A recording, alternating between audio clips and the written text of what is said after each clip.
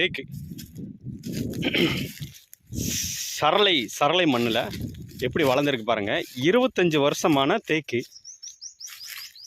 ஒரே நீளம் மட்டும் எவ்வளோ இருக்கும்னா சுமார் 20 அடிக்கு நீளம் வந்து இருக்கும். 20 அடிக்கு நீளத்துக்கு ஒரு 55 இன்ச்சு டு 60 இன்ச்சுக்கு இருக்கும். எப்படி வளர்ந்துருக்கு பாருங்கள். பராமரிப்பு எதுவுமே இல்லை. மானாவாரி விவசாயம். கிணறு இருந்தது, இப்போ வந்து மானாவாரி விவசாயம் பண்ணிகிட்ருக்காங்க. மீதமெல்லாம் தரிசாக இருக்குது. இது கொஞ்சம் சரி, அந்த நிலத்தை பற்றி பேச வேண்டாம், நம்ம மரத்தை பற்றி மட்டும் பேசிடலாமே.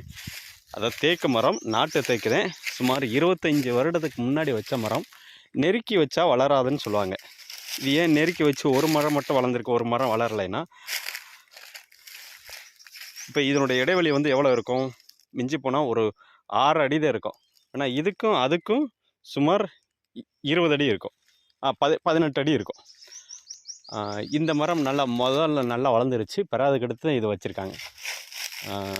நாட்டு தேக்கு சரளையில் நல்ல அருமையான வளர்ச்சி. சுமார் 25 வருடத்தில். பார்த்துங்க, மரத்தை நல்லா பார்த்துக்குங்க. இது நல்ல விலை போகும். விலையை பற்றி நம்ம இப்போ பேசுகிறது சரியாக இருக்காதுன்னு நினைக்கிறேன். இது நம்மளுடைய தோட்டத்துக்கு ஒரு பகுதியில் வந்து இருக்குது. அந்த அந்த மரங்கள்லாம் இருக்கிறதெல்லாம் நம்ம தோட்டம் தான். மரங்கள் எல்லாம் இருக்கிறதெல்லாம் நல்லா வளர்த்துருக்காங்க. ஆரம்பத்தில் நல்லா வளர்த்துட்டாங்க. அதுக்கடுத்து அவங்களால விவசாயம் செய்ய முடியல. அதனால் குத்தகைக்கு வானம் பார்த்த பூமியாக விதைச்சிட்ருக்காங்க. இது அவங்களோட பேரன்களுக்கு பேத்திகளுக்கு மிகுந்த பலன் கொடுக்கும். வருங்காலத்தில் அவருடைய பென்ஷன் வயசுலேயும் அவருக்கு நல்ல ஒரு பெரிய வருவாய் ஈட்டி கொடுக்கும். நிலம் எப்பவுமே இருக்கும்.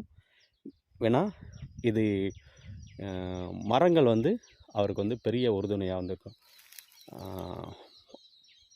அதாவது பண வழியாகவும் சரி, அதே மாதிரி பூமிக்கு நிழல் தர்றதாலும் சரி, பூமிக்கு குளிர்ச்சி தர்றதாலும், மரத்தில் அதாவது தண்ணீரை பூமிக்குள்ளே இறக்குறதா இருந்தாலும் சரி, தண்ணீரை அடிச்சுட்டு வெளியே போகாமல் இருக்கிறதும் சரி, இதுக்கெல்லாம் இந்த மரங்கள் வந்து அவர் வச்ச மரங்கள் வந்து இந்த பூமிக்கு அதே மாதிரி மனிதருக்கு மிகவும் பயனுள்ளதாக இருக்கும்.